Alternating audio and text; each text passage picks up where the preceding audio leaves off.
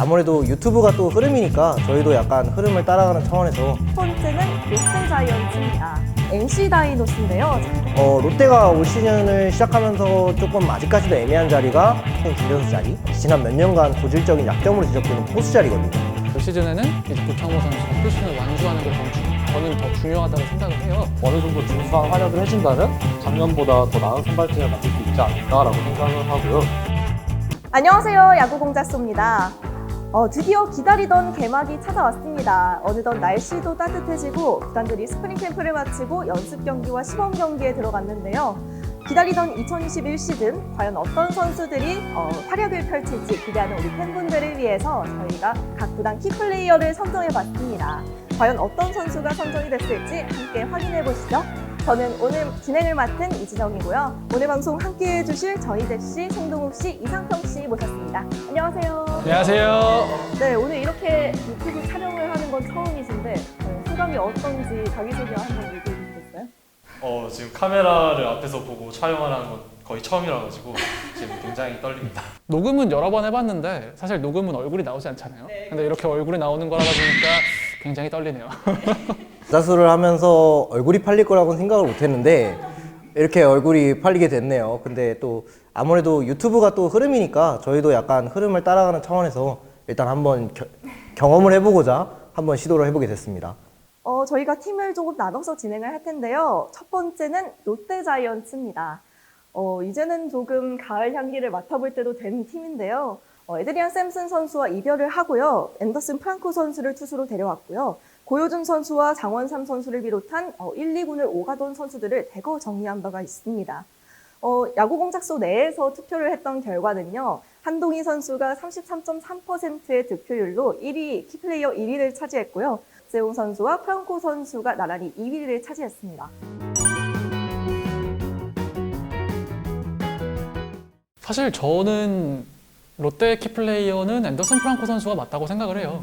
왜냐면 이제 작년에 스트레일리 선수가 2인분을 하긴 했는데 이 선수가 2인분을 했음에도 그 국내 선발들과의 가교 역할을 해줄 만한 외국인 선수의 활약이 다소 부족했기 때문에 샘슨 선수가 1인분을 못했죠. 그렇죠. 그래서 저는 롯데가 마지막에 이렇게 좀 동력을 잃지 않았나 이렇게 생각을 해서 앤더슨 프랑코 선수의 역할이 올해는 굉장히 중요하다. 저는 이렇게 생각을 합니다. 사실 저도 당연히 앤더슨 프랑코 선수가 중요하다고 생각은 하는데 기본적으로 외국인 선수들은 사실 뭐 해줘야 되는 전력이잖아요.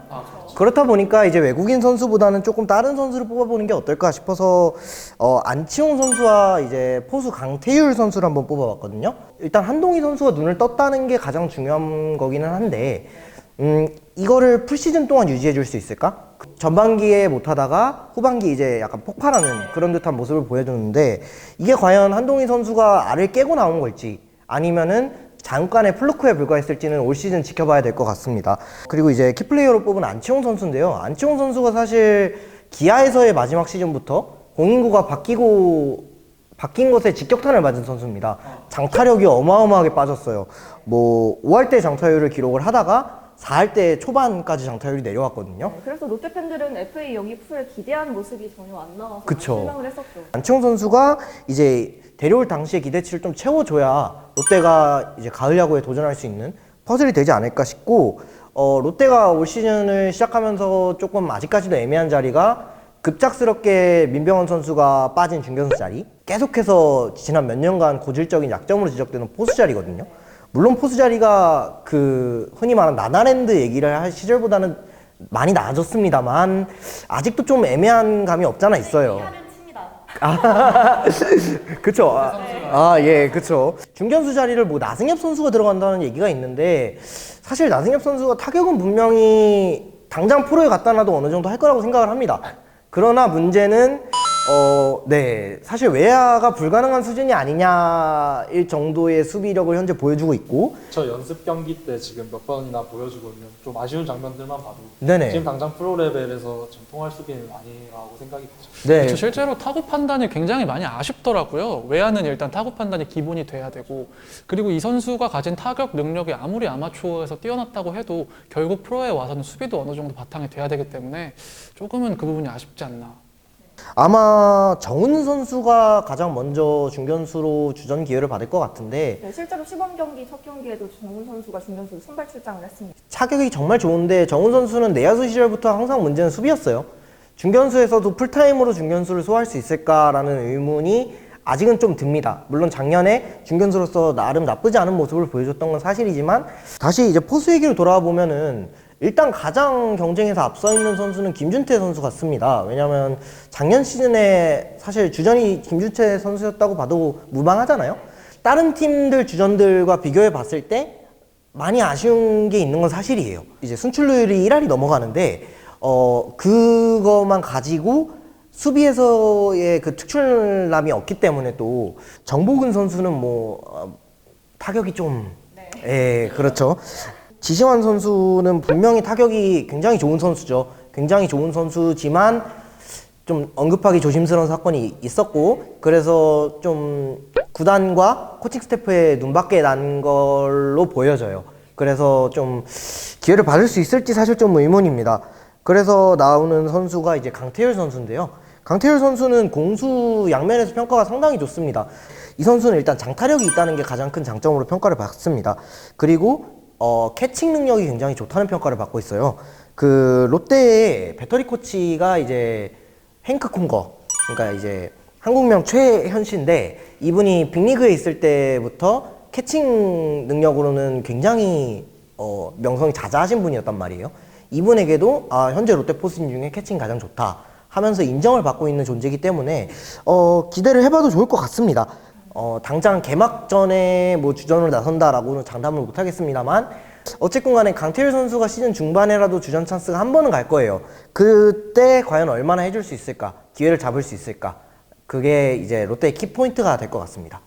네, 가장 중요하다고 여겨지는 롯데 포수 포지션을 되게 자세히 짚어주셨는데요. 그러면 키즈 씨는 어떻게 생각하시나요?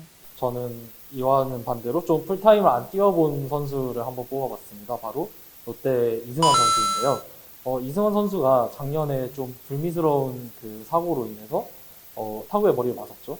그것 때문에 좀 아쉽게 오랜 기간 동안 뛰지 못했었는데 많은 경기를 나오진 못했지만 작년에 세부 지표가 굉장히 좋았습니다. FIP랑 ERA, 그러니까 평균 자책점의 차이가 거의 1.6점 정도 났고요.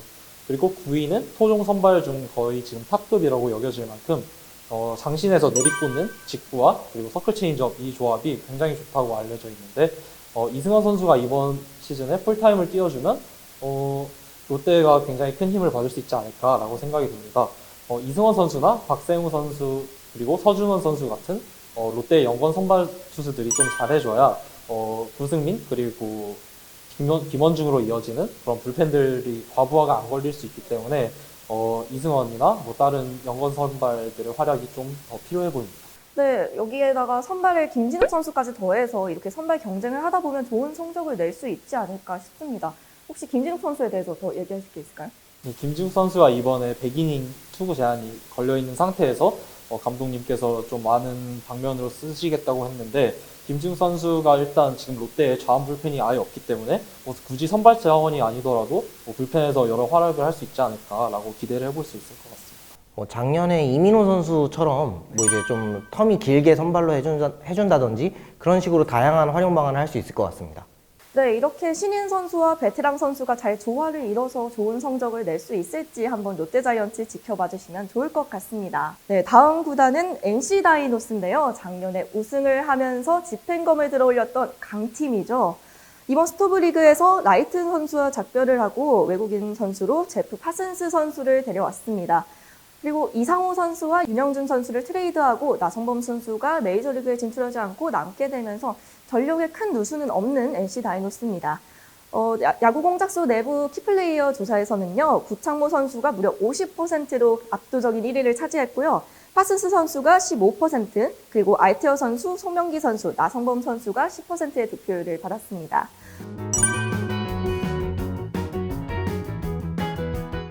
말씀해주신 것처럼 외국인 선수 2명이 그대로 유지가 됐고 저는 근데 이제 키플레이어를 꼽을 때 이 선수가 있을 때 과연 얼마만큼의 변수를 만들어낼 수 있냐를 가장 큰 요소로 보거든요. 근데 작년에 이제 NC가 잠깐 주춤했을 때 구창모 선수가 부상으로 빠지면서 선발진에 이제 부하가 생겼고 그 부하가 그대로 불펜에 과부하로 걸렸어요. 그러면서 이제 NC가 조금 위험한 타이밍을 맞았는데 그렇기 때문에 올 시즌에는 이제 구창모 선수가 풀심을 완주하는 게 저는 더 중요하다고 생각을 해요. 그런데 아직까지는 조금 준비가 안 되고 있죠. 그쵸. 개막 엔트리가 일단 불발이 됐고 그 이동욱 감독은 한 2주에서 3주 정도는 좀 경과를 봐야 된다라고 얘기를 하는데 2주에서 3주가 이제 최소라고 봤을 때 만약에 이게 2달, 3달 혹은 아예 시즌 절반 정도로 길어진다고 하면 솔직히 올 시즌 NC 대권도 저는 좀 힘들지 않을까. 네, 저는 그렇게 생각을 합니다. 저는 조금 생각이 다른 게 일단 NC의 야수진은 사실 걱정할 게 전혀 없어요. 완벽 그 자체입니다. 뭐 주전도 강력하고요, 뎁스의 깊이, 뭐 신구 조화까지 말할 게 없어요. 그 다음에 거기에 이제 나성범 선수까지 잔류를 하면서 진짜 방점을 제대로 찍었는데 사실 많은 분들이 NC의 약점으로 지적하는 게 불펜이잖아요. 근데 사실 불펜도 불펜 자원들이 나쁘지 않아요. 나쁘지 않은데 문제는 아까 말씀하신 것처럼 이제 불펜에 과부하가 걸린다는 거거든요. 그렇다는 소리는 결과적으로 선발이 약점이라는 소리로 볼 수 있어요. 좀 다르게 좀 시즌을 이끌어줄 수 있는 선수가 필요하다고 생각을 합니다. 저는 그래서 그런 선수로 뽑은 게 송명기 선수거든요. 네, 송명기 선수는 이제 작년에 원래 불펜으로 시작을 했다가 그 다음에 이제 선발로 전향을 하고 그 이후에 한국 시리즈까지 쭉 좋은 모습을 보여줬어요. 근데 이제 아직까지는 작년이 첫 해였고 그리고 올해 어떻게 할지는 사실 모르는 거거든요. 그래서 이 선수가 이제 NC의 하위 로테이션을 끌어줘야 되는 선수인데 이 선수가 얼마나 어떻게 다르게 끌어주느냐에 따라서 NC의 위치가 달라질 겁니다. NC가 저는 지금 시점에서 KBO 리그 팀들 중에 원탑이라고 생각을 하고 그래서 송명기 선수가 작년 후반기에 보여줬던 모습을 보여줄 수 있다면 구창모 선수의 뭐 2달, 3달 정도의 부재도 충분히 감수할 만하다라고 생각을 합니다. 네, 그렇습니다. 그럼 희재 씨는 어떻게 생각하세요? 어떻게 보면 좀 뻔한 이야기일 수 있지만 파스슨 선수가 제일 중요하다고 생각을 해서 왜냐하면 이제 지난 시즌 외국인 투수 2명이었던 루친스키와 라이트 선수 중에서 루친스키는 굉장히 좋은 활약을 펼쳤지만 라이트가 좀 많이 아쉬웠잖아요. 코시에서도 유일하게 이제 패배를 기록한 선발 투수였고 많은 금액을 받고 이번에 KBO로 온 것은 아니지만 그래도 어느 정도 준수한 활약을 해준다면 작년보다 더 나은 선발진을 만들 수 있지 않을까라고 생각을 하고요. 그리고 5선발인 지금 이재학 선수가 지난 시즌에 굉장히 무너지는 모습을 보여줬는데 이게 아마 구속 저하 그리고 이제 투피치 스타일 그러니까 패스트볼과 거의 체인지업만 거의 90% 넘게 던지는 투수다 보니까 아무래도 타자들이 이제 이재학 선수의 공에 많이 익숙해진 것 같아요. 그래서 이재학 선수가 이번 시즌에 만약에 좀 반등을 하지 못하는 모습을 보여준다면 또 NC 선발진에 또 새로운 문제가 생길 수 있을 거라고 생각을 합니다. 사실상 이재학 선수의 반등 가능성을 점치기에 좀 애매한 부분이 뭐냐면 이 선수가 이제 선발 로테이션에 들어갈 수 있냐라고 해도 애매하고 그렇다고 이 선수를 롱맨으로 기용할 수 있냐 이것도 굉장히 애매해지거든요. 근데 그렇다고 또 이 선수를 계속 벤치에 두고 기용하지 않으면 폼이 올라올 수가 없잖아요. 그래서 저는 개인적으로 이재학 선수가 반등을 했으면 좋겠어요. 좋아하는 투수라. 예. 근데 현실적으로 좀 낙관적이지만은 않지 않나. 네. 그리고 또 얘기해보고 싶은 게 저는 파슨스 선수가 사실 KBO 리그에 처음 왔을 때 루친스키를 정말 많이 상상시키거든요. 그 루친스키 선수는 커터지만 이 선수는 슬라이더인데 굉장히 좋은 구종을 하나 가지고 있다. 메이저리그에서도 통할 만한 구종을 하나 가지고 있었고 근데 다른 게 안 돼서 이제 메이저리그에서 잠깐 통했거나 통하지 못했거나 이런 건데 이게 KBO 리그로 오면서 단점들이 많이 보완이 되고 장점은 오히려 더 부각이 되는 상황이 되거든요. 그러다 보니까 파슨스 선수는 뭐 초반에 잠깐 헤맬 수는 있어도 왜냐하면 경기를 치른 지가 좀 오래됐기 때문에 초반에 좀 헤맬 수는 있지만 그 이후에는 루친스키처럼 굉장히 좋은 모습을 보여주지 않을까 하는 생각을 좀 하고 있습니다. 실제로 오늘 연습 경기에서도 공이 굉장히 좋더라고요. 맞아요. 네, 추신수 선수 상대로 3점도 잡고. 네네. 말씀해주신 것처럼 이번에 외국인 투수들이 좀 주목을 해봐야 되는 게 지난해 마이너리그가 취소가 되면서 이제 선수들의 어떤 폼이 지금 완벽하게 올라오지 않았을 거예요. 이게 얼마나 빨리 올라오느냐가 좀 팀의 성적에도 중요한 영향을 끼칠 수 있는 요인이라고 생각을 합니다. 그리고 아까 말씀해 주셨는데 NC 야수진이 사실 지금 거의 완벽에 가깝잖아요. 근데 저는 딱 하나만 이제 더 얘기를 해보고 싶은 거는 지금 NC 내야진들이 지금 모창민 그리고 박성민 선수 등등이 있는데 이 선수들이 지금 나이를 계속 먹어감에 따라서 언제 꼭 껴도 이상하지 않을 만큼 지금 30대 중후반에 들어든 선수들이기 때문에 새로운 얼굴들이 좀 필요하다고 생각을 합니다. 그래서 박준영 선수나 김찬영 선수와 같은 NC의 뭐 3루나 뭐 유격수 이런 곳을 볼 수 있는 유망주들이 좀 더 스텝업을 해주면 NC 입장에서는 더할 나위 없이 좋지 않을까. 네, 야수의 깊은 뎁스와 그리고 투수들의 분전을 통해서 또 NC 다이노스가 두 번째 집행검을 위한 여정을 잘 떠날 수 있을지 지켜보면 좋을 것 같고요.